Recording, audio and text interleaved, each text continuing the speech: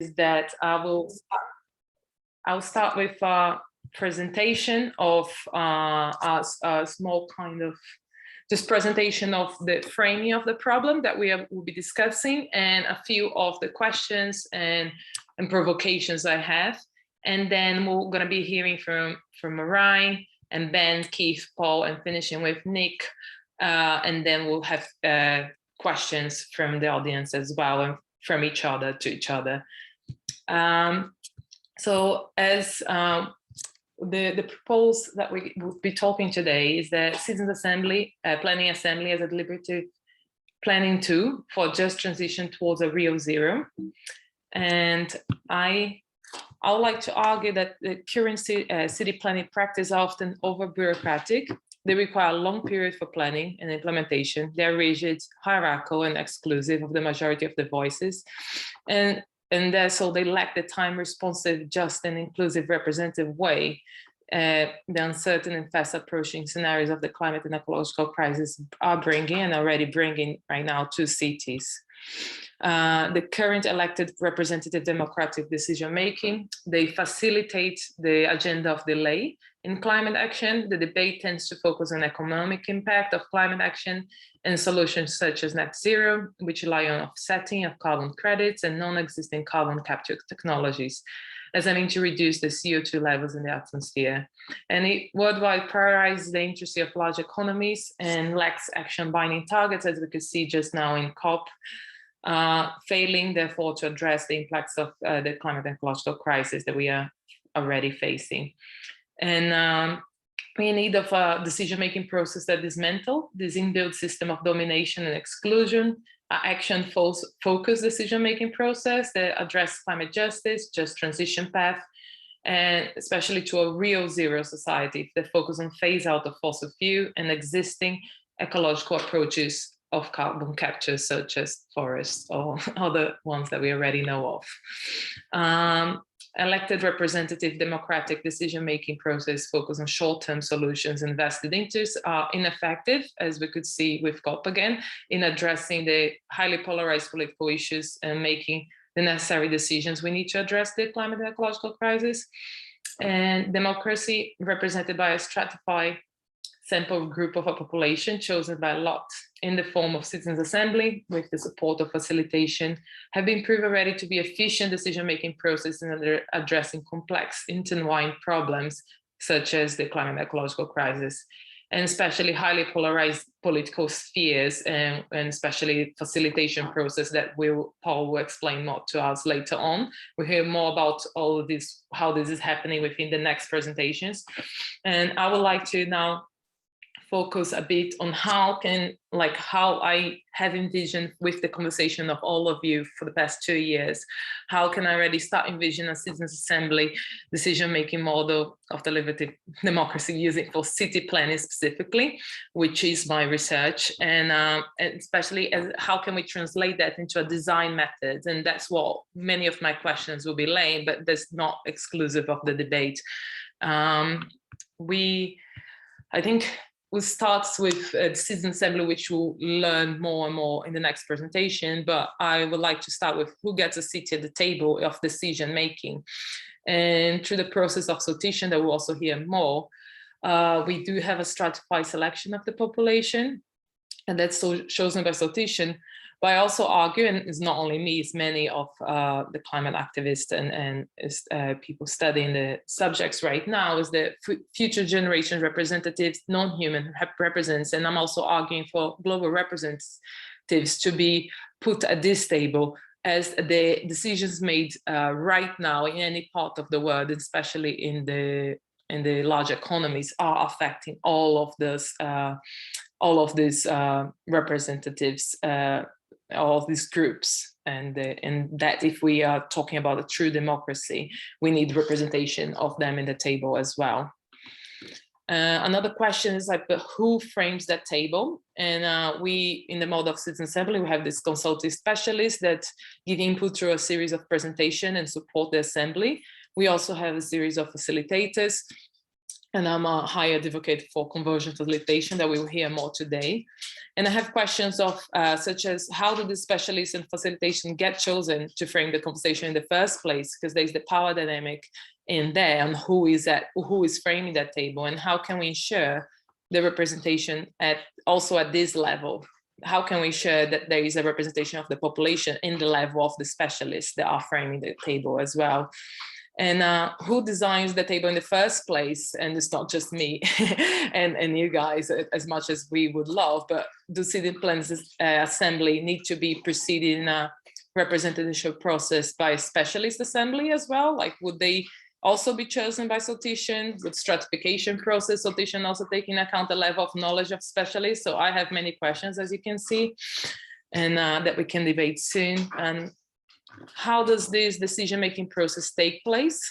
And I think this is just one example of many ways that it can take place, but is that the template basically is that the guidelines and draft plans are proposed by small groups within Citizens Assembly, and within planning Citizens Assembly that can take shape close to tactical urbanist workshops that there's a large experience of that, and that the plans are reviewed by the planning assembly itself, and they get analyzed, and then a list towards the list that they put together, what Paul will explain us a bit more later on about what's non-controversial essences.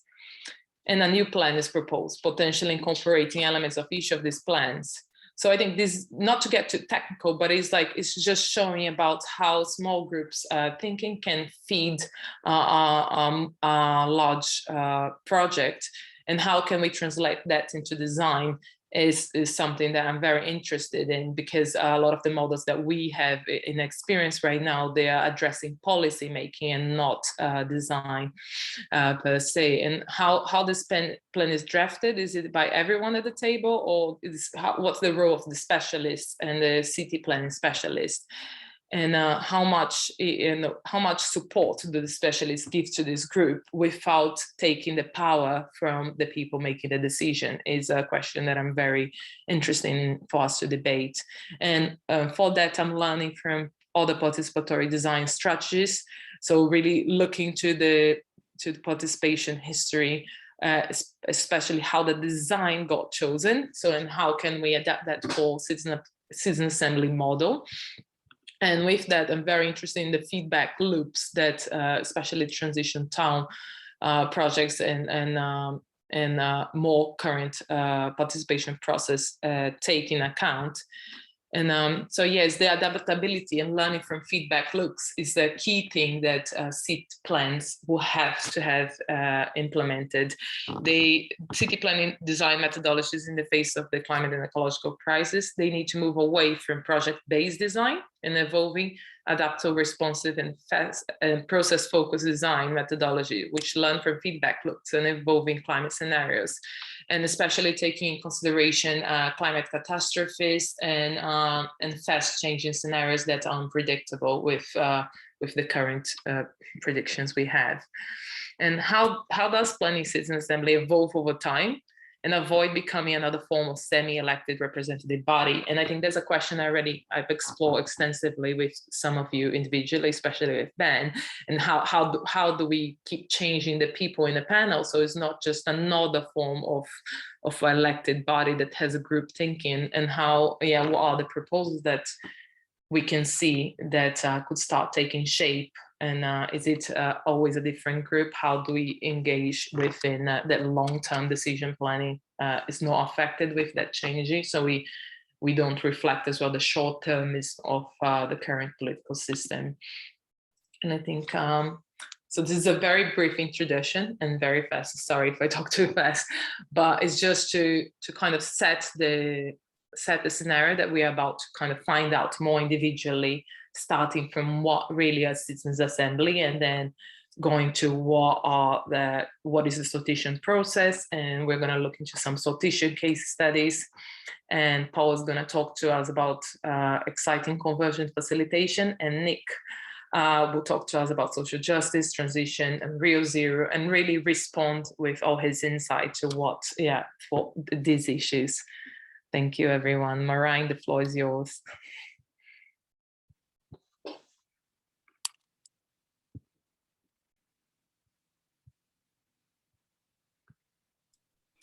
Thank you, Juliana. That was brilliant, very impressive. Can I just check you can see my screen? Yeah, okay, perfect. Brilliant. So yeah, as Juliana said, my name is Marjin. I'm from Extinction Rebellion, and I'm from the Citizens Assembly Working Group. So I just want to tell you that I am not a deliberative democracy expert at all. I'm a climate activist, and I became interested in citizens' assemblies after joining Extinction Rebellion, where actually Keith, who's here in the panel with us today, gave a presentation about citizens' assemblies. And I thought, this sounds very sensible. We should definitely be doing this. Yeah, we decided to form a group together to make sure that we could inform more people, especially rebels within Extinction Rebellion for the start, what exactly citizens' assemblies are. And here we are now 3 years later, still at it. So what is a citizens' assembly? So Juliana already touched on it briefly, that it is a form of deliberative democracy, and deliberative democracy, or participatory or participative democracy, lots of different words for it, basically means that there's a process where people deliberate, so they talk to each other and they learn from each other. And it's very different from what we see in what we like to call democracy, but really is actually electoral politics in our point of view. So we have this huge crisis, the climate and ecological crisis, and Extinction Rebellion found that the current system that we have, and we started out in the UK, but we see that all over the world people are facing the same issue, that the current political system we have is not able to deal with the extent of the climate and ecological emergency. So we like to use these two pictures because it just shows you what the problem is. So here on the left, this is the House of Commons, which is the parliament in the United Kingdom, based in Westminster in London. And you would think from this picture that these people are socially distancing, that this is a session during Corona. This is actually in 2018, so it's before we'd ever even heard of the coronavirus. And this is the first debate related to climate change in over 2 years. And as you can see, a handful of politicians bothered to show up to this debate out of 600 and something politicians. This room should have been absolutely packed full. Instead, there were only a couple who could be bothered to really show up. You can see that in the UK, especially, they're sitting facing opposite each other. So on the one hand, on the one side, you've got the government, on the other side, you've got the opposition, and they do not work together. They shout at each other, they do not learn from each other. It's very oppositional, basically. Whereas on the left, no, on the right, well, on the other side, you can see an example of a deliberative democratic process. This is a citizens' assembly. So you can see that people are all engaged, they've got their hands up, there's a real mix of people there from different walks of life, not just mostly white middle-aged men from the middle classes, but a real mix of people. They're sitting in round tables in groups. They've all got notepads and they're talking to each other, and it's a much more of a collaborative process. Ooh, so that is really what Extinction Rebellion came to realize we needed. Instead of having electoral politics, which we have at the moment, we needed something like a citizens' assembly to help us through the climate and ecological emergency. So we can see that with electoral politics, because of the way it's set up, they can only really make decisions short term because they're concerned about being elected again in the next 4 to 5 years. Whereas in a citizens' assembly, people think long term. They think about their own future. So, you know, if you're in your 30s now, you're going to be concerned with the next 50 to 60 years. If you have children, you'll be thinking even further ahead, or your grandchildren. So you're not just thinking the next 4 years, you're thinking long term, the future. Also, we get to go to the ballot box once every 4 to 5 years. We choose one person, and that person is supposedly going to represent everything that we need and want and are concerned about. Whereas with a citizens' assembly, you have people coming together and they make decisions together. We call it the collective intelligence. So they come together to debate, to learn from each other, and to come to solutions. Also, and especially in the UK, this is the case, electoral politics is not representative. We don't even have proportional representation in the UK. We have a first past the post system, whereas a citizens' assembly is fair, real representation, where hard work is being put into making sure that we've got a proper mini public representing the whole of society. There's also lobbying and vested interests from politicians, whereas a citizens' assembly, it's transparent. We can watch all the presentations, there's transcripts, there's always in the reports, you get told why decisions were being made, and the discussions are informed. You get presented with expert evidence and rights holders evidence. And so deliberated recommendations come out of it, whereas in electoral politics, because of the nature, there's very limited scope for radical ideas, which we so urgently need now in the climate and ecological emergency. So I'll just spend a few minutes just taking you through the process, and this is a very quick summary of how it works. It's quite a complex complex mechanism. So first of all, as Juliana already said, you would have a sample of randomly selected citizens. So if, for example, you want about 100 citizens, you would probably be inviting about 30,000 people who would then respond. You would then look at who they are. You would then stratify to make sure that they represent society as a whole. And you'll be told more about the sortition process after this. So once you have your sample, you have your citizens' assembly, they all come together either in a hotel or in a big space where they get to meet for several weekends. And obviously during Corona, this would be online, but we very much hope that these things can go back to being in person. And this is where you would hear from experts, from stakeholders. So you would hear from people who are more inclined to support the fossil fuel industry, or people like Extinction Rebellion or Greenpeace, or anyone like that. And then also rights holders, who are the people who are already dealing with the climate and ecological emergency. So it could be farmers, it could be people from the global south facing drought, that sort of thing.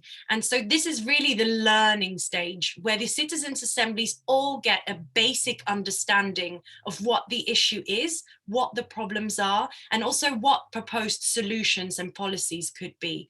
And they have lots of opportunity here to ask questions, which is really important, because most people will be starting from zero knowledge with an extreme learning curve. So this is a really important aspect. Then not all citizens' assemblies do that, but we would really expect to see this, is that the public can also submit their thoughts and ideas, and they would be grouped together in themes, and they would be shared with the citizens' assembly as well.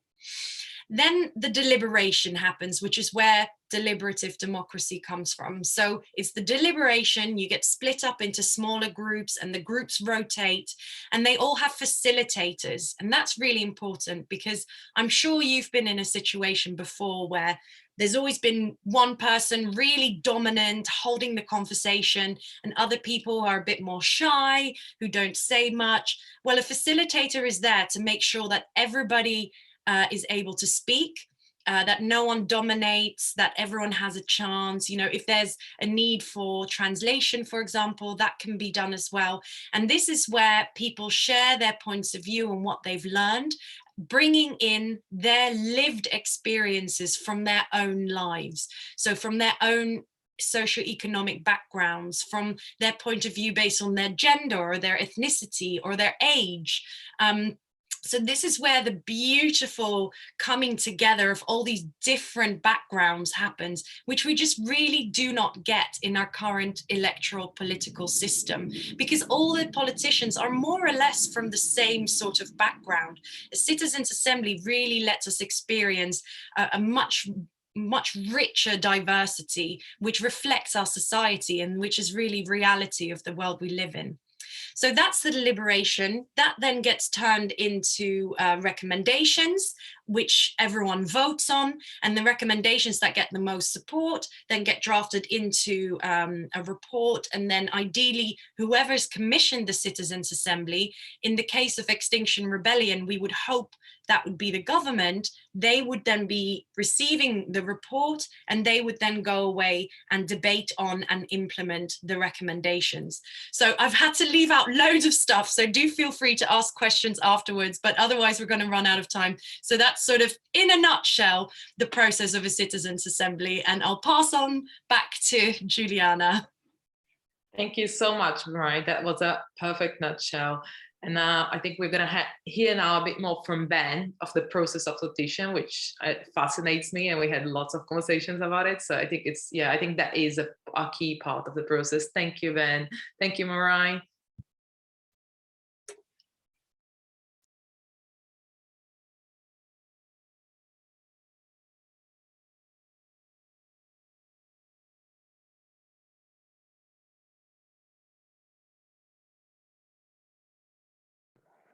Apologies, I'm just getting my presentation up here.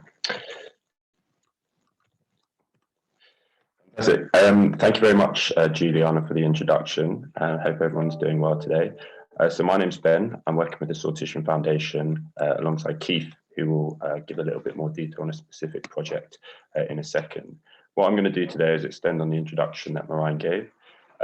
Specifically is how to select people for these citizens' assemblies. We talk about the fairness related to it. I'm going to give a little bit of the detail to how.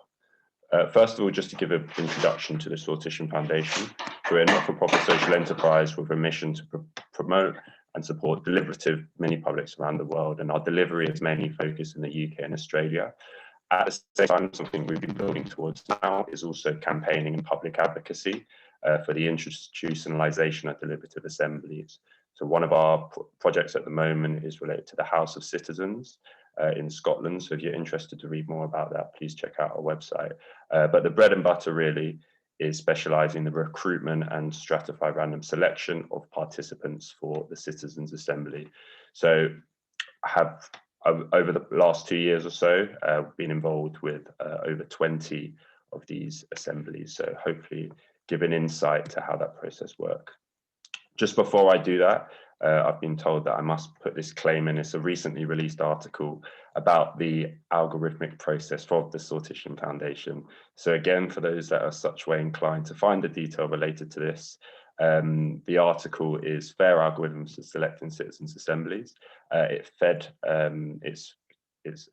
featured in the Nature publication alongside one of our directors, Brett, working with professors at Carnegie Mellon and Harvard University, just to really get the fairest algorithm possible to make sure. So for those that are such way inclined, please do check that out. So again, just to extend on what Marjin was saying about why the importance of citizens' assemblies and deliberative mini-publics, and in cases where they will be best used. So as it outlines there, the first one here would be when people agree on the problem and not the solution. So often it's a problem that's quite a hard problem that you can't fix. A classic example that is often used when referring to citizens' assembly is the case of same-sex marriages and abortion within Ireland. And that's a classic hard problem that politicians themselves couldn't fix. And it was only through consulting the people as a solution come up with. Also, there's the aspect, and it's a growing field, it's not just the democratic benefits of it, but it's the innovation that citizens coming together that aren't necessarily in tune with the political way of thinking.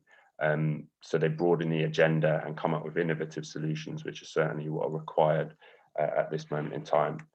And more to the point as well, it opens up the political space for change. So of course, over the process of this talk, we're referring to the use of citizens' assembly through city planning, but just take a moment to think the quantity of issues that we have in society which fall under these criteria outlined here. So just here is an outline of some of the assemblies that the Sortition Foundation has been involved with, some of which you may have heard of and some of them that are relevant to this cause. So starting off with the Global Climate Assembly, which ran alongside the COP, which was a really fascinating innovation with all the failures that came with COP. One of the highlights, certainly from my perspective, but also people involved in the field, was this new mechanism of making decisions on an international level. This year was the first prototyping year, so the sortition process was innovative in the way it worked. It was about randomly selecting geographical points on the globe based on population density, and then communicating with local groups to feed the people in, and then making that a representative sample. And the intention is to scale up what was a 100-person assembly this year to 1,000 moving on to next year. So watch this space with regards to that. Another one that we were involved with the UK Climate Assembly.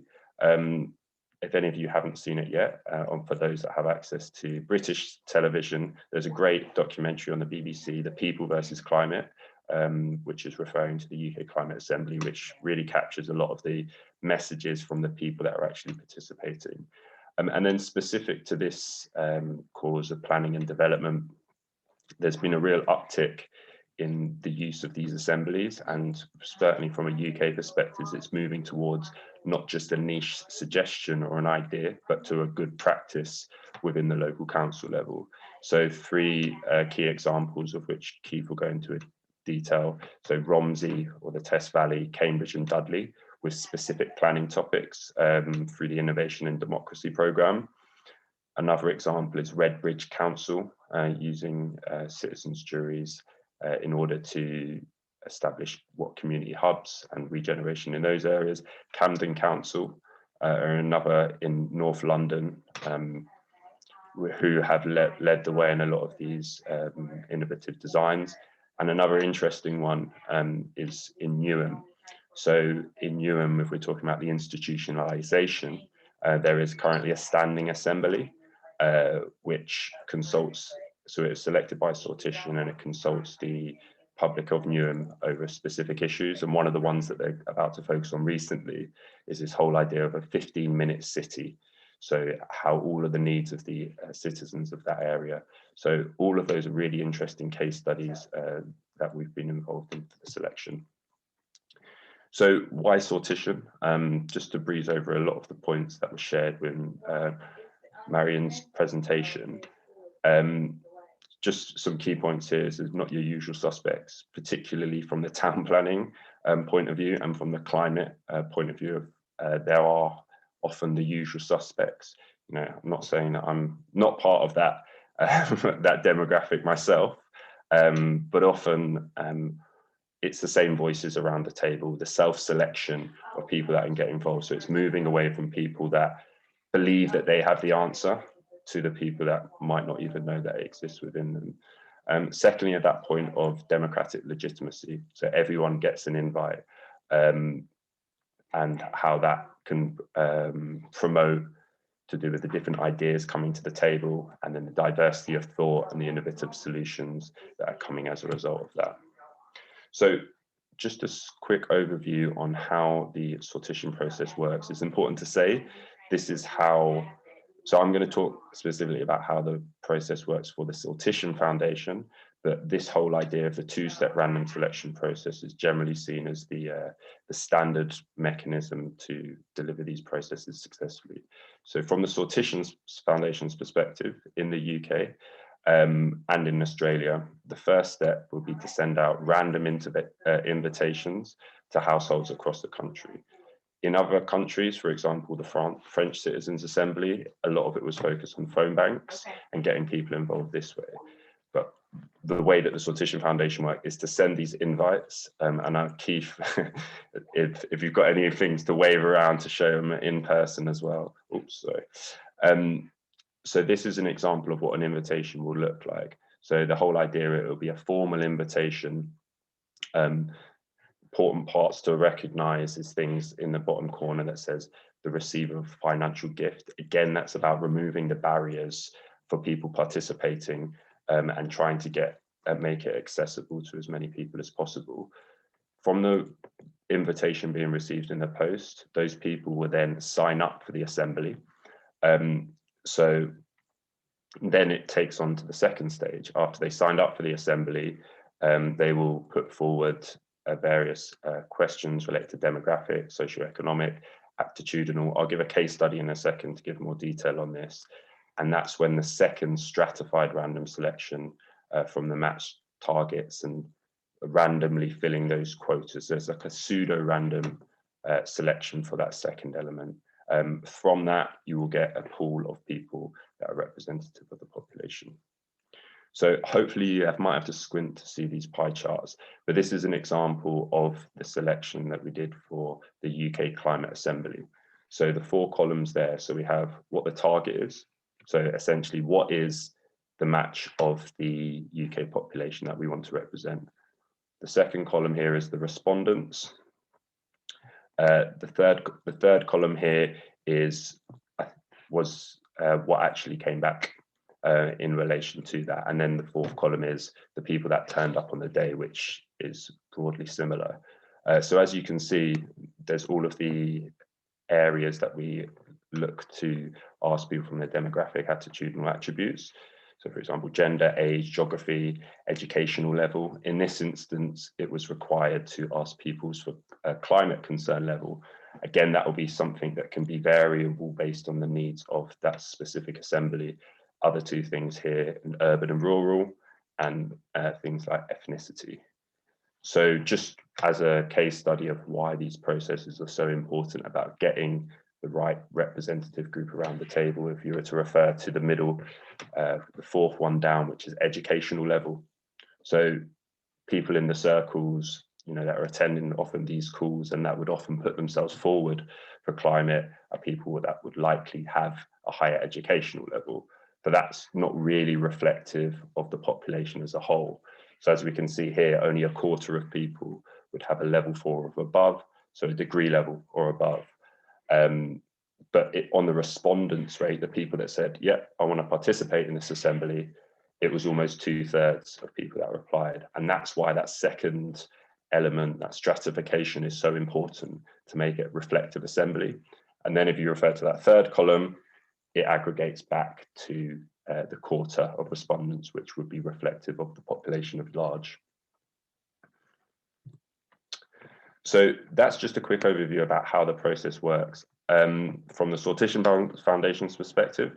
But it's important to say that as it's something that's developing, there are norms that are emerging, the ways to do that, and we're very much a big part of that. But I just wanted to finish off just zooming out a little bit with regards to other supplementary aspects of the sortition process and with citizens assembly, and just reflecting on almost the indirect benefits that can be had, and particularly if we're reflecting on what are the issues and the biggest challenges of our time.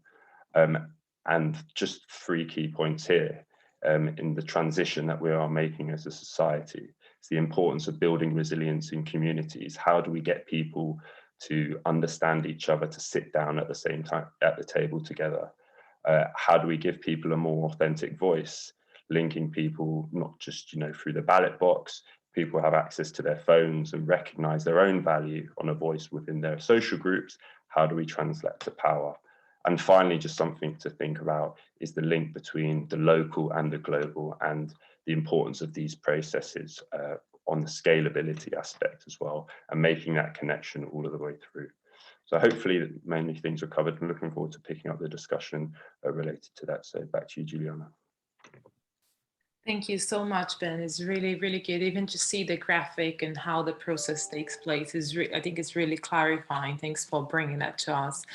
And I think, Keith, now we're going to learn more from you with your case studies on how the sortition really takes place. And I think yours is a bit mixed between the sortition and the assembly itself. And I think I'm very interested in hearing from it. Thank you.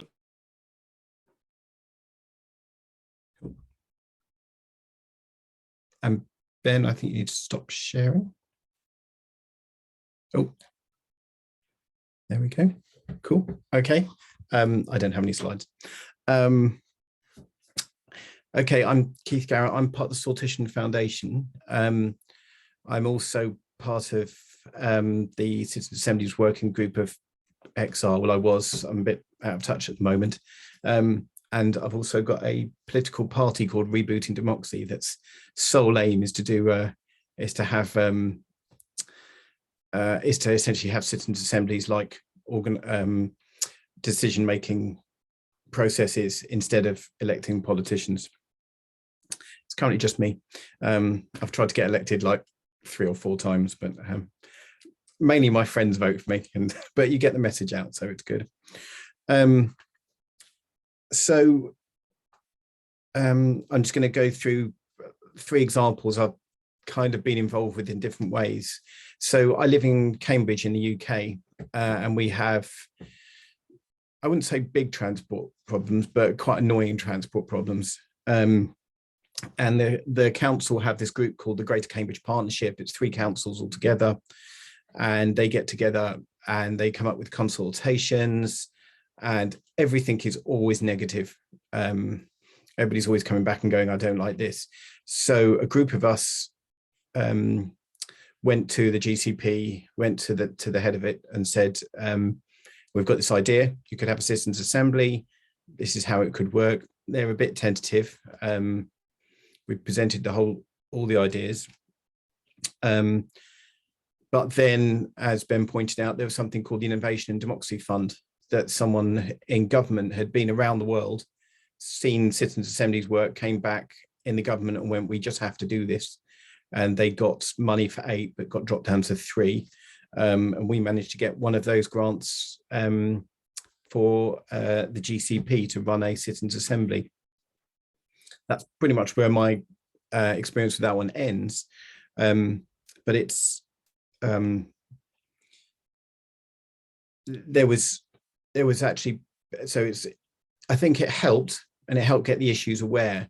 But there was a whole issue with changing of government, etc., that actually meant that a lot of things weren't pushed through. So they came up essentially with recommendations. So nothing was like, you have to do this, this, and this. Yet, if you actually look at the report, you can see that there is a consensus of what everybody wants. They want, roads close to traffic. They want less traffic. They want people to be able to walk and cycle. The standard things of, once you give people the evidence and get them to talk to each other, they come up with reasonable solutions. I was on the second one was one in Birmingham, which was about climate. I wasn't actually on the panel, taking part, but I was on what they call an advisory panel. So they would get in, so there are groups there would be companies who will organize these, but they will put in external experts who can advise on different aspects, which experts you need to actually present, how you're going to make the selections, and what evidence is being presented, etc. So you have some sort of checks and balances to make sure things are fair. It's quite interesting in the case of the Greater Cambridge Partnership. I managed to meet up with someone who had been at the Citizens Assembly, and he said there were people from the Citizens Assemblies from the Greater Cambridge Partnership who were pushing a specific agenda. So there was this, it wasn't a completely neutral system. So again, with all these things, you need checks and balances to make sure that in this case, the organising body, the Greater Cambridge Partnership, were looking for specific outcomes because they were funded by government to have something. So they'd normally gone into this new form of what they would call consultation, but again, trying to get their specific output. So it was quite an interesting experience with the Birmingham one. And you had to get quite involved with the whole thing, and there were issues with selections. They were like asking questions, well, how should we do this and this? So able to actually give them advice about that. And then the last one was actually one I actually did attend, just kind of randomly. I turned up just as an observer. And this was in Wembley, again, about the climate. But it's quite interesting because they don't actually control things that well. So I end up actually sitting at the table, kind of taking part. And it was honestly an amazing experience. You're sitting down there talking with people. One of the people on the table has a translator, so they're just passing information back and forth. And there's experts. They can actually sit down with the experts and quiz them. And a nice thing was, I think the CEO of the borough at one point looked around the room and just went, this just looks like Wembley. When you go in the room, it looks like these are the people making the choices. So it was good. And from that, I think there's quite a few people who come out of a citizens' assembly and will just say, this is how democracy should work. That everybody who goes in there, as far as I can tell, is just taken by this this concept that is so alien if you try and describe it to someone. And quite a few people get it if you describe it, but you put them in that situation, they're just like, wow, you talk to each other.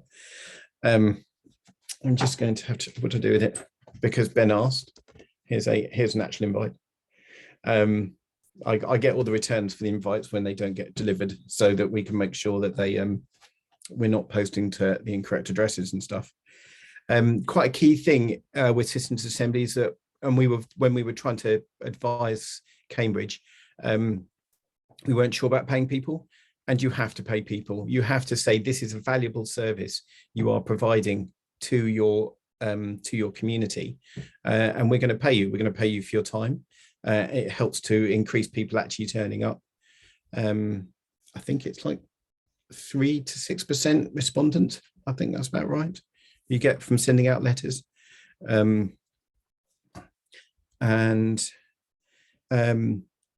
Just on previous points about who do you include in these kind of things, before kind of sort of the citizen assembly stuff took up, we went to see a G1000 in the Netherlands, and that was also fascinating. I didn't speak the language, but that wasn't a problem. Someone translated a bit, but you got the general feeling for the whole thing. But actually with the G1000, they do random selection, but they also they include businesses and politicians to make sure, as they say, everyone is in the room. So currently, I mean, my perfect world, which is what I'm want to sell to everyone, is that everything is done by sortition. We do random selection, everything's involved. In our world, there are businesses, there are politicians, and they control a lot of the power. So you do actually need to bring them in the room. And actually, they also have, so I can't remember the term now, but essentially activists. So for example, in Cambridge, there's a big cycling campaign. And so if you had something that didn't involve anyone from the cycling campaign, they're going to feel excluded. So you need to make sure that they're part of it, they're being listened to. So you can bring them in as stakeholders, specifically with the G1000, they bring them in as participants, people to actually sit and take part in there. But having steps to make sure not all the politicians sit together and not all the activists sit together. I think different coloured badges is how they worked with that one. Yeah, so it's just being along this process. It's a really hard thing to get started, to sell to people.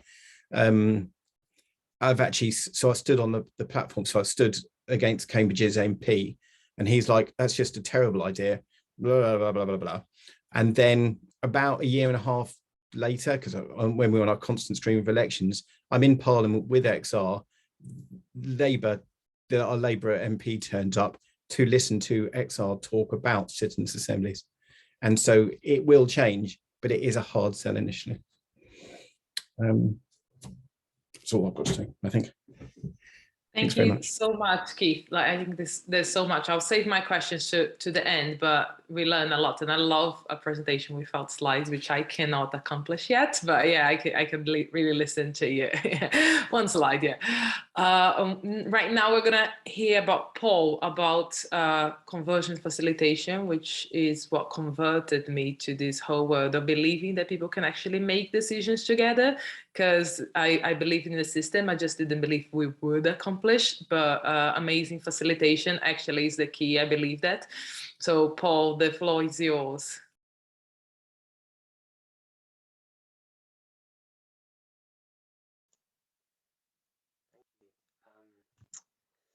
So yeah, hi, my name is Paul. I'm a mediator, facilitator and trainer, and I work supporting projects, communities and organizations to find their way through conflict and tricky decisions and to collaborate better in a variety of contexts.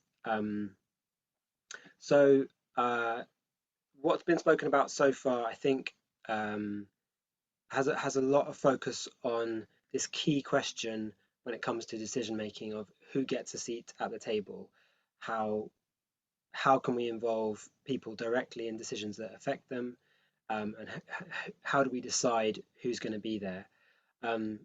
But then another key question that I think is often at the heart of decision making is how does that decision actually get made? And we've heard a bit about that so far, but convergent facilitation is really looking at that question of, once we get the people together at the table, how does that decision get made?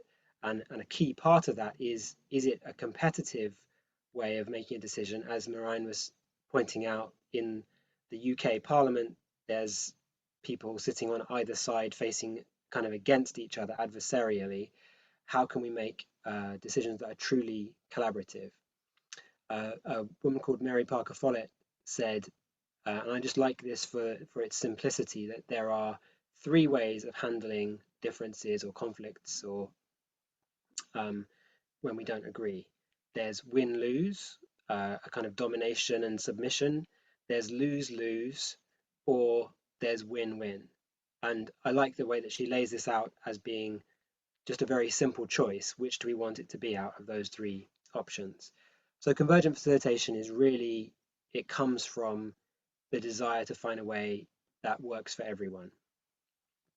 And a lot of us are very used to voting, which is basically some version of majority rule, and that has a lot of downsides to it from my perspective. It means that almost always some people are losing. Often a lot of people feel like they are losing out, and it also damages relationships people and often produces a less wise outcome, and often for a complex problem it won't produce as wise and complex a solution as may be needed. But then people often think that collaborative decision making is not an option, either because people will never agree and it's impossible, or because they think that trying to get there will take forever. So convergent facilitation is a process for getting to genuine agreement with any shared problem or disagreement. It's focused on getting down to what's really important to everyone involved and building that into a practical decision that everyone can wholeheartedly support.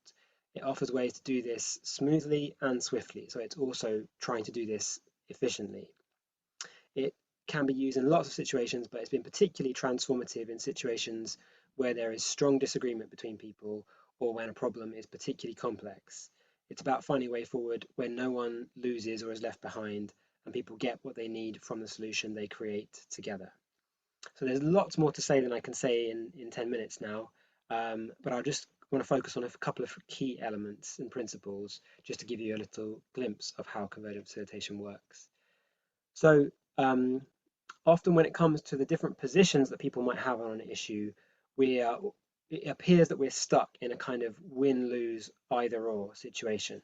So a classic example that often comes to mind for me in the UK context is Brexit, a highly controversial and polarized issue. And the way that it was framed was leave or stay, and that sets up a win-lose and a sort of simplified answer to a complex question or problem. And you end up with, either way, almost exactly half of the people losing or not getting what they would like to see. So if you think of for example, having a conversation with two people who have different positions on this, whether to leave the European Union or to stay in the European Union. One, at that level, should we stay or leave, they might be in completely different positions and quite stuck in those positions. In convergent facilitation, if we were working with an issue like this using this process, we could get down to what might be important to the people behind their positions, or what their positions are really based on that matters to them. So it might be that one person's position that wanting to leave the European Union, from their perspective, is about wanting to strongly increase the level of agency that people have in the decisions that affect their lives. The person who wants to stay in the European Union might be saying something that boils down to, if you distill down the essence of what's important to them, is that they want to have a way forward that supports collaboration and mutually beneficial relationships with our neighbours in Europe. It's a very complex problem, Brexit, and I'm just taking two elements of it. But at that level, those two statements that I've just made may not actually be controversial to the other person. The idea of increased agency for people in decision making, or to have supportive collaboration and beneficial relationships with Europe, that may not be controversial between those two people. So to give another example, say a large corporation wants to build a factory in a poor neighborhood in a city, and some people in that community are really in favor of it, and some people are really opposed to it.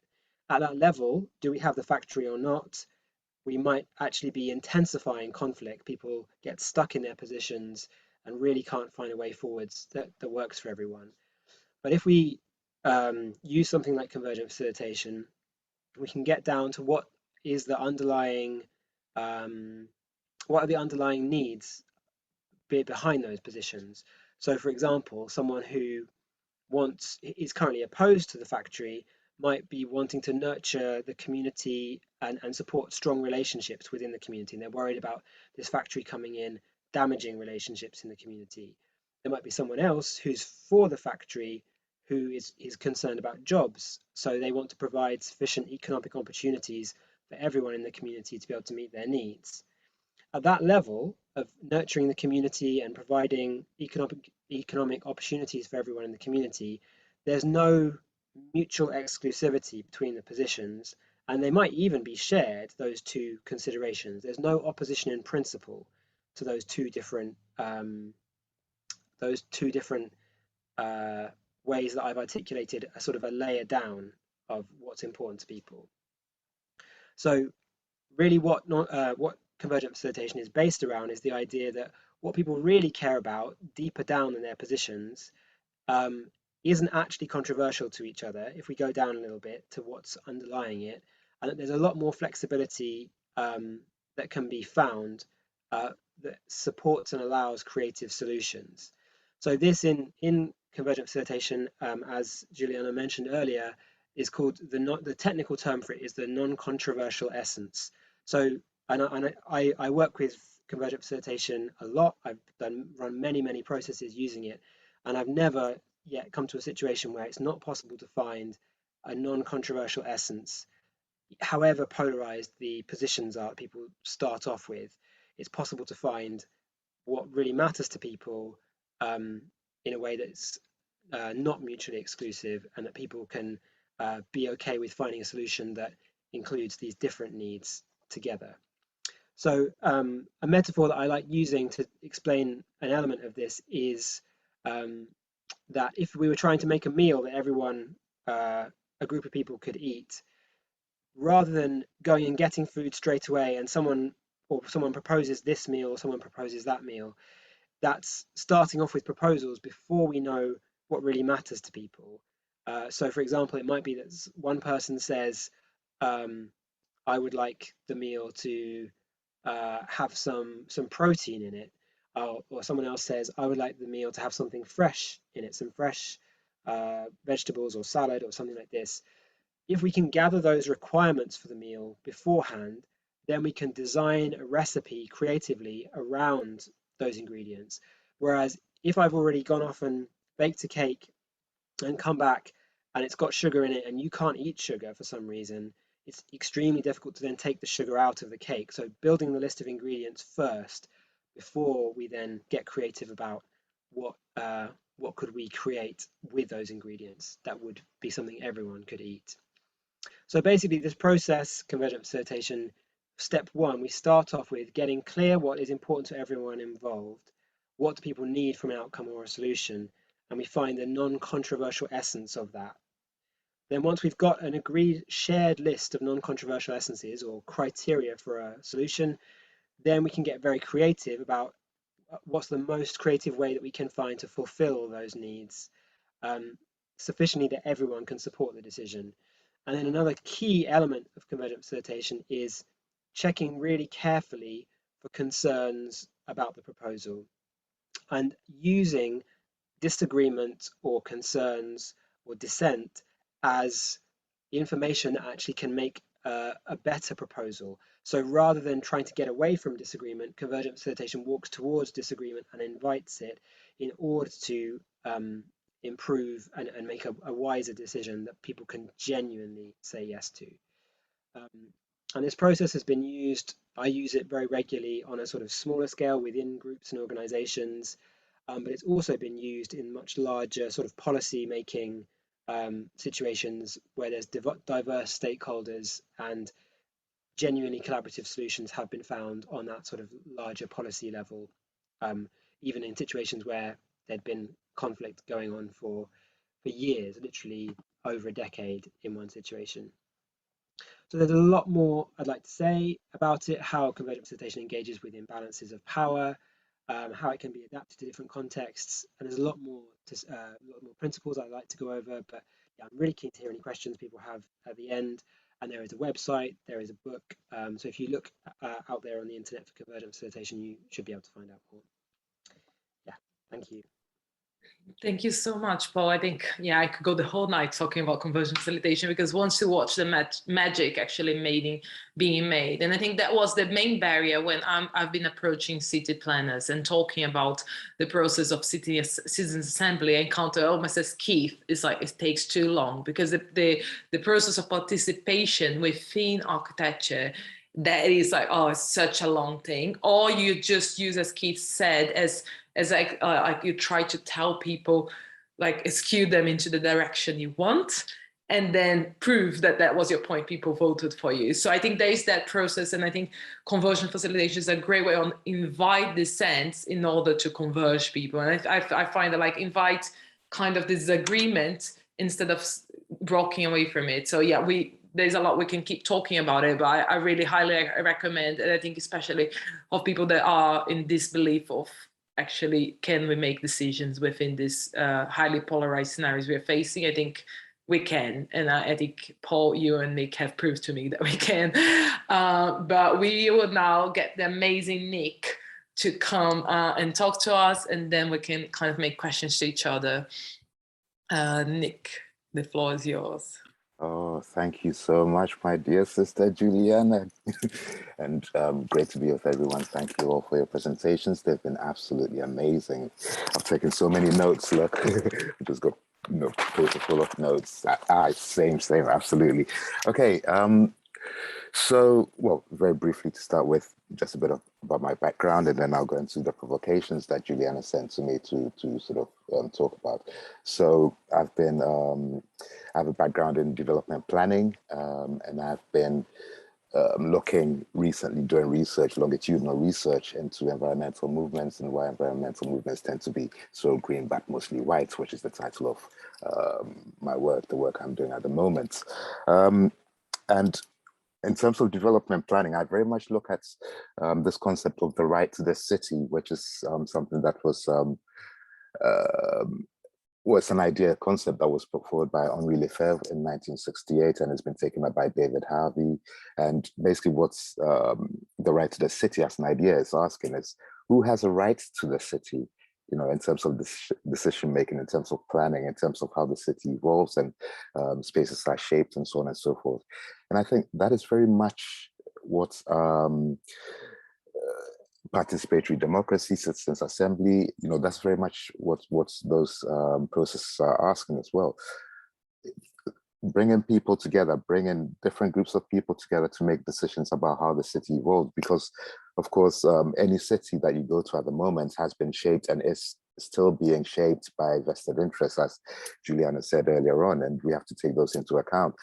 And listening to Marjin's presentation earlier on, and then seeing that juxtaposed picture, of Parliament and then the Citizens' Assembly taking place, you get to realize that this small cabal of people are making decisions on behalf of so many people. It's not even representative, let's face it, because what happens, as again Marjin alluded to, is that we have a lot of lobbyists, corporate interests, and Sheldon Wallen wrote a book, I highly recommend it, which is Democracy Incorporated, and he puts forward this idea of an inverted totalitarianism, which is exactly what we have now, because it's not our representatives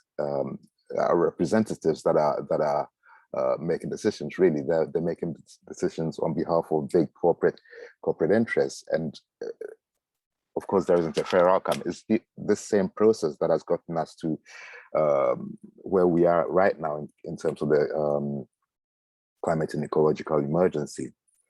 But I wrote some notes here which I really want to speak to very quickly. I know we don't have much time, but I want to speak to these notes very quickly. Okay, so Citizens' Assembly, the very name, word, or phrase Citizens' Assembly should provoke some critical interpretations from us. Who is a citizen?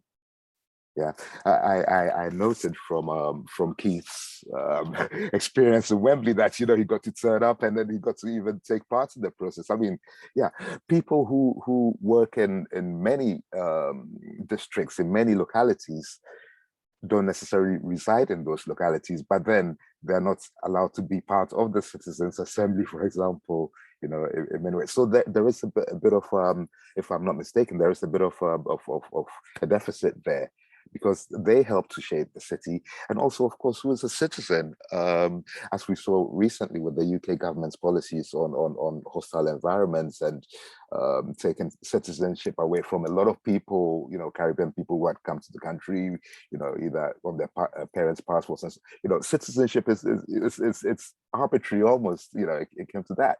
You see, so we have to question exactly who is a citizen in terms of how we're doing this. And Juliana, system idea, I love your provocations at the beginning about, hold on, let me just quickly check my notes before I give you the wrong things that you said. Who is at the table, and oh, you said two particular things that, oh yeah, who gets a seat at the table of decision making and who frames the table. That is so important. That is so important. I'll tell you, particularly the second one, who frames the table, because the table is all about the things that we're going to talk about. What is on the table that we're going to talk about?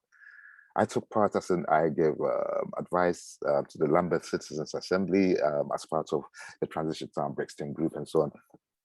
And what struck me most, perhaps, about the process when citizens were speaking, or different groups actually came to speak and so on, is a lot of people thought, hold on a minute. Yes, we're concerned, and I'm really focusing on Black and brown people here because that's my area of, interest. Yes, we are concerned about the climate and ecological emergency. Of course we are. But every single day we're living in a hostile environments of various sorts that is produced and reproduced by various systems that we live in. But this Citizens' Assembly is not talking to that. And therefore for us, this is a whole load of, someone recently called it, what is it? Blah, blah, blah. Yeah. So for a lot of people, the Citizens' Assembly, and add to that the fact that I think citizens' assemblies, if not communicated well, are almost useless or pointless if you're not reaching out to the people, before and particularly after. You have to talk to people afterwards about the outcomes of the Citizens' Assembly. You have to get by and you have to explain to people what happened and so on. And councils, I think, more than 3/4 of councils at the moment have taken up, I think they're 404, something like that, have taken up the ideas of Citizens' Assembly, and they've done something about it. But the problems, they're not being communicated far and wide enough to the population, and that is a big critique I have. Another provocation that's Juliana asked me to speak to was net zero and real zero. Now, I think, and I wrote something some time ago and critiqued, I love Extinction Rebellion, I'm part of Extinction Rebellion and so on and so forth. But I critiqued, I said, we missed a trick on asking for net zero. Why are we asking for net zero? This is just a gift, really, to the politicians, a gift to big business and so on and so forth. No, we shouldn't be asking for net zero. Net zero does not deal with history. Net zero outsources, the problems that we have. We need to talk about real zero. If we can talk about real zero, then we will see the connection between the local and the global. And we will see that we cannot just be talking, as Wendell Berry, American environmentalist, said, you can't do environmentalism in isolation. If we try to, if we focus on real zero, then we will really see that we can't do environmentalism in isolation, and therefore we will have to put other things on the table for discussion. Have I had enough time? Nick, I could hear for you the whole night. We will do that more. And I think I'll just build on from what you're saying, because I think that there is like this: who sets the table? We already, like, we who sits at the table, we already, even beyond the sortition itself, there is the future generation, as I had presented. There is represents for non-humans. And I'm even arguing that, especially in countries like the UK, that which actions are affecting people in other places of the world, you should have global representatives, which we need to find a better name for it. But names of people that are directly being affected right now should get the seat at the table, and they shouldn't just be a specialist. But I feel like this is about who sits at the table. We're almost kind of in agreement within the people that believe in deliberative democracy. But then there's questions of, okay, who frames the table? And I'm really interested in how do we decide who specialist gets there? And who is even we that's deciding that? And so many, who is the we? And as Keith said, in a place, yeah, Keith, I would love to hear from you. But as you say, when done wrong, you get the people from pushing their own agenda, the people that are setting up the frame, then they're trying to push their own agenda. So we have to reflect on all of that, because if we are trying to take out a model that's corrupt, how can we already envision all of that? So maybe Keith can talk a bit. Yeah, Nick, I'll go to you, then Keith can explain more to us. Cool, thanks. Very, very quickly, you brought up a point there. Well, first of all, I'd just like to say, yes, I was really glad to hear Marjin say that voices from the global south were invited. I think it was Marjin who said that, right? He did. Voices, yeah, absolutely. So that is really important, absolutely critical. And unfortunately, Ben is not here, but I just wanted to touch on a point he made, which was about fair algorithms. Now, algorithms are made by people. We have to really question algorithms. Algorithms promote all sorts of dominance culture or dominant demographic sort of biases, and we have to really question them all the time. I'm so sorry, Keith, I took up some of your time. I could go through three things. So first of all, the algorithm was for the selection of people within the assembly, and actually it was this other group who said yours isn't as fair as it could be. And so, because everything Sortition Foundation do, it's all open source, you can go off, you can just do it yourself if you want. If you want the massive stress of doing that, I don't actually do the selection. You were saying about advertising to people. Ever since we've done this, yeah, we've said you need to tell people before, during, and after what's happened. The Citizens Assembly thing. So in XR, we're sitting there going, should we call it Citizens Assemblies? Everybody's going, shouldn't call it Citizens Assemblies. So we're like, let's call it People's Assemblies. One other group in XR had just created People's Assemblies, which was a totally different type of thing, and they'd made a manual. So we're just like, the trouble is now, I totally agree with you on the word citizens. The trouble is you've now got a brand which is, it's worldwide. And so I think it's better to fight that corner, fight and get everyone recognized in this system rather than try and rebrand and lose the momentum we got. Last thing is, so you're talking about who sets this up, who creates these. So I've in this party I'm trying to set up, I based it on this book by Manuel Arriaga, which you can get free online, Rebooting Democracy. Definitely worth a read. It's what actually got me into all of this when my sister made me read it. It's really thin, it's cool. I like thin books. But there's a diagram there from a chap called Terrell Borechalis. I haven't said his name correctly. It's something called multi-body sortition. Now that the whole point of this is you've got similar kind of groups randomly selected, etc. And they're setting the things, they're looking at the agenda, they're looking at what you should look for.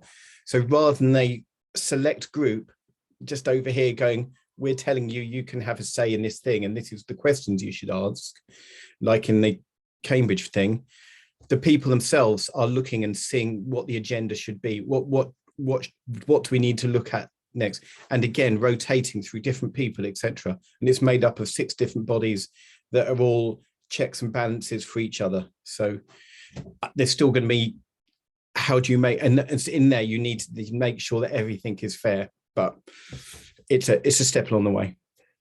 Thank you, Keith. I think I had many discussions in the last couple of years, especially 3 years ago. I started with Mickey, which Paul works closely with, and Ben. So that's how my interest started in this. And the communication was like, really, how can we make almost this amazing process of sortition, but there's also a matter of underrepresentation.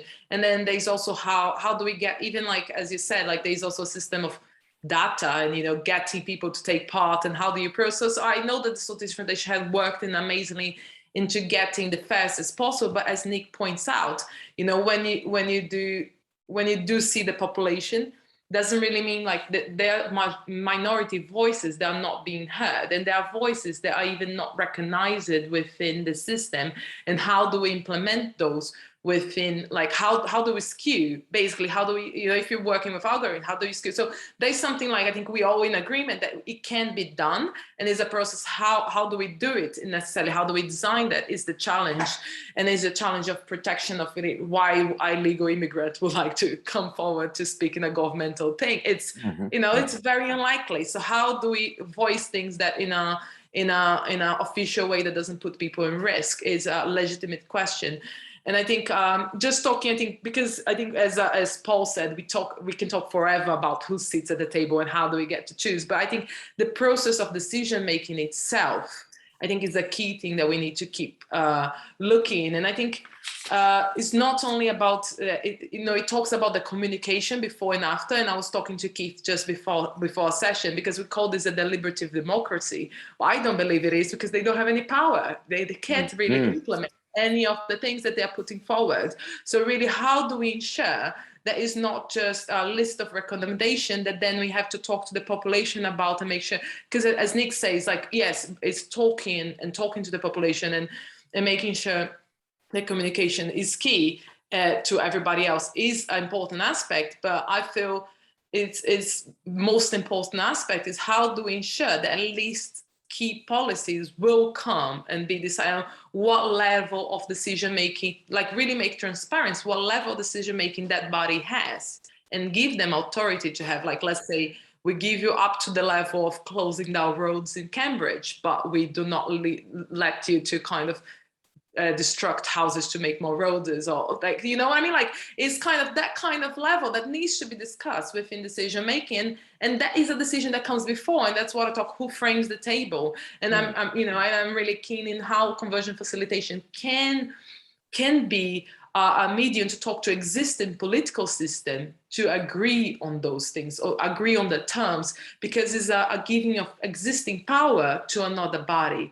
And I think that is the key that we don't have. Again, it's a lot of people, we had this in Exile and Marjin, we remember well a moment where we thought, should we tip everybody off and then just start a revolution of powers? And then everybody was like, we don't have time. And I think that's the consensus. We do not have time to dismantle this broken democratic system we have right now and start from zero, but we do have time to work alongside. And how do we do it? And I think I love to hear from Paul, especially on the ideas, especially we have the media that thrives on polarization. How do we start to bring to society a new dissemination of, as much as we have with Citizens Assembly, how do we do that with how to speak to one another, not in a polarized way, because we're really taught that that's the way to speak, win and losers. And so, yeah, Paul, if you have any insights to us, and then Nick, I'm sure, has more to tell us. Thanks. I guess a couple of thoughts that come to mind for me are, in a way, I feel like some of these questions are the questions of who decides, or who decides, even, like, yeah, the who frames the table. And I guess I'm interested in, as far back as we need to go in that, in order to set up genuinely participatory, inclusive and collaborative conditions, if there's a decision that needs to be made that involves the current holders of power, is there a way that we can make that decision collaboratively using something like convergent facilitation? So that's one thing that I'm interested in. I guess another way of navigating that can be to build a powerful enough social movement that it puts pressure on the current powers that be, that they in some sense have no other option. But that's as you're saying, that takes a lot of time and a lot of mobilization of people. I also feel like if we can do these maybe smaller prototypes or experiments in this field and tell the story of them in a really compelling way, I think there's a way in which people don't often believe in collaboration because they haven't seen it, and even getting one example of something that's robust and real in terms of collaboration, it kind of it breaks the monopoly of that narrative that it's not possible in a disproportionate way. Even hearing that it's worked once, I think, starts to make space for imagining new possibilities.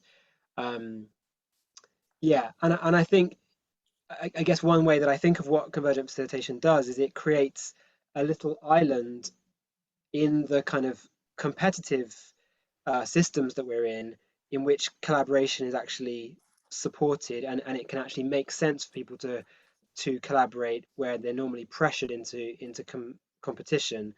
And yeah, I'm curious about how we can set up those islands and then tell the stories of them, whilst also working to create the conditions where yeah, I guess basically my last thing that's there for me to say right now is that I think that people generally would prefer, like most people would prefer, to collaborate if their needs are going to be met by it. Like I think people are generally committed to their needs being met, and they don't mind so much about how, as long as their needs are met. So people are willing to step into collaborative processes if that is genuinely going to work for them. Yeah, and it's a matter of trust. And I think it's trust in the system that we do not have. And I think, Nick, yeah, I would love to hear your take on that. Yeah, thanks. Firstly, I want to go back perhaps to something you said before, and I want to push back a bit against that, Juliana, which was that you had some deliberations within XR at the beginning, and you said, no, we can't just ask to dismantle this existing system as it is, so we'll go with this approach. I would say no. That's restricting yourself, your thoughts, your ambition, your imagination. That's absolutely restricting. You have to once you decide that no, the system is too embedded, it's too, we just can't do it, then you've pretty much lost before you started. And in that respect, I draw on from Buckminster Fuller, who said there's no point in fighting the existing system. Create an alternative system that makes the existing model obsolete. And that's it. I think what citizens' assemblies are trying to do. I hope, at least they're trying to do, but of course they're still embedded within the system, and no doubt the system can co-opt citizens' assembly. As you said before, a lot of the recommendations, the governments are going to cherry pick. Well, and that's, it leaves us almost in a worse position. It was really, really frustrating. Now, I just want to two very, very quick points. Paul, you talked about imagining new possibilities. That is so key, absolutely key. And we have to, and this speaks to my concern about just accepting the status quo that, it's too big, we can't dismantle it. We can dismantle it. Recommend this book by Rob Hawkins, Transition, from what it talks a lot about imagination, the power of imagination, and I highly recommend it. And a final point I'd like to make is that if we are to solve this, or if we solved what has been called the code red for humanity, if we had policies and promises and so on and so forth to solve that today, so if we had no more fossil fuel extraction, etc., if we could solve all those today, more than half the world's population will still be living under code red. That's it. Thank you so much, everyone. We only have like 3 minutes and we have another plenary session, but I think there is so much scope for discussing here, and we're still discussing mainly policies. And I think but it is like, even in this, we haven't fully agreed. And I think my interest, and I love that Nick's also within the city planning, and Keith has taken part of the city planning, but it's like a question that I have that goes further, that maybe I want to keep investigating with you all for the next few years, is really how those things translate into design. And especially, I think I could really see when we did workshops with Convergent Facilitation, Paul, how those lists can start being translated to design. And that's what it starts giving hope, as you say, is the imagining of this future. And I think when working with groups, with you all, like from Marjin, my first ever activist friend, to all of you, it really brings on it is possible, but there's something stopping us from getting there. And I think it's acknowledging that even what we are framing, we're still people at Nick, and we're still the one doing the algorithms, and we're still people, like, so it's acknowledging the flaw in the system is a key part. And it's not that we are not going to advocate for citizen assembly because it has flaws, but like really, as Paul says, like, you point to those problems with convergent facilitation. That's what I love. You point it, and then you work within it to find a better solution. So I think, I just hope that kind of diagrams that I share in the beginning can start evolving. And I think especially learning from each other for groups. And Nick, I got to know you through the transition styles movement, and it's really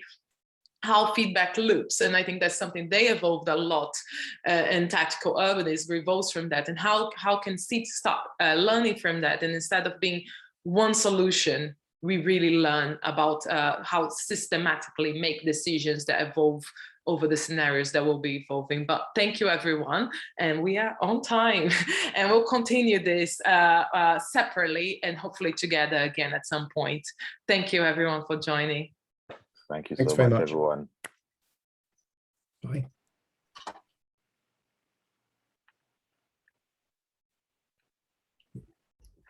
Do we leave? I don't know, we're just going to sit here waiting Yes, for I think, a cat. No, no. yeah, you can leave, or you can stay for the next session and watch it. It's your call. Yeah, Cool. the recording is being made, and as soon as it's available, I'll share with you all. Thank you. Thank you so much, Juliana. Thank you very Bye, much. That was guys. brilliant. Bye. Bye.